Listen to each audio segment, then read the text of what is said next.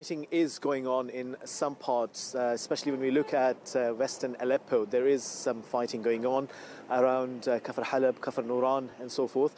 But what's been happening is that the opposition fighters, they've been mainly resorting to asymmetrical warfare. They've been sort of ambushing the Assad regime forces. But what the Assad regime is doing is continuing with its scorched earth policy, with its indiscriminate bombing and targeting of the civilians in different areas. Earlier, when we were reporting from western Aleppo, we saw one of the residential compounds that was targeted, in which 9 civilians, including 6 children, were killed. What they're trying to do is force the people from western Aleppo and various parts of Idlib to move northwards towards the border with Turkey, and the Assad regime is destroying all the infrastructure in those areas.